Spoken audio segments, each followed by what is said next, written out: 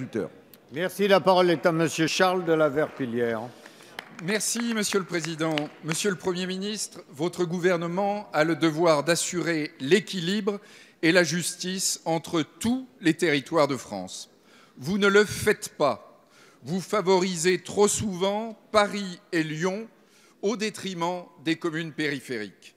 Ainsi, vous autorisez Madame Hidalgo à fermer les voies sur berge à Paris, alors que les reports de trafic vont asphyxier les communes à l'est de Paris. Et maintenant, vous allez faire le même cadeau à Lyon, avec les mêmes conséquences, sans aucune concertation avec les départements voisins. En effet, vous allez déclasser les autoroutes A6 et A7 qui traversent l'agglomération lyonnaise pour permettre à M. Gérard Collomb d'en faire un boulevard urbain où le transit des poids lourds sera interdit. Dès 2017, 16 000 véhicules par jour vont donc se reporter à l'est de Lyon sur les autoroutes A46 et A432 dans le département de l'Ain. Ces autoroutes sont déjà saturées ou sur le point de l'être. Elles ne pourront pas absorber ce trafic supplémentaire, d'autant plus que les autres itinéraires de contournement ne seront pas réalisés avant 2030, voire 2035.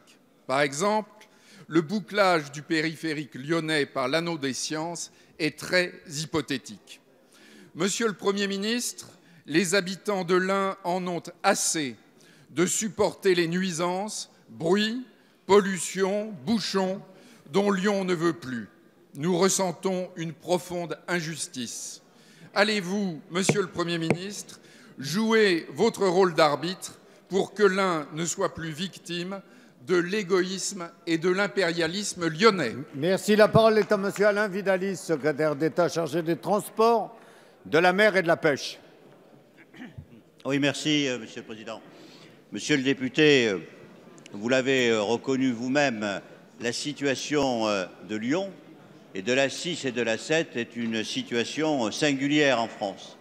C'est une situation qui est le résultat de l'histoire, on ne va pas la juger aujourd'hui, mais dans une métropole, dans une grande ville comme Lyon, avoir une autoroute qui passe au milieu de la ville et qui entraîne des nuisances sonores, qui polluent et qui empêchent tout développement urbain, il n'y a pas aujourd'hui en France d'autre situation. Et lorsque le président de Lyon et le président de la communauté de la métropole sont venus nous exposer le problème, je crois que quand on regarde objectivement la situation, ça ne peut pas durer comme ça. Et j'ai effectivement, au nom du gouvernement, donné mon autorisation pour le déclassement de l'autoroute pour que ça devienne un aménagement urbain. Et je crois que quand on regarde objectivement la situation, c'est la seule réponse que l'on peut apporter à des élus, à des populations qui vivent une situation qui n'a pas de pareil en France et qui obère le développement et le vivre ensemble et aussi la protection de l'environnement. Dans ces conditions, je vous confirme que le gouvernement est favorable à cette mesure de déclassement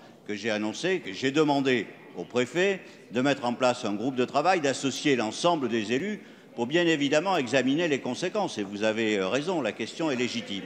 Je veux simplement rappeler que l'essentiel du trafic, bien qu'on soit en connotation urbaine, est un trafic urbain et que le transit ne représente à partir des études que nous avons faites que 15%. C'est ce 15% qui peut se reporter comme vous l'avez posé. Et donc nous examinons avec les élus et avec l'ensemble des élus les mesures compensatoires. Mais je vous confirme qu'il faut répondre à l'attente de Lyon et de la population lyonnaise pour mettre fin à une situation anormale.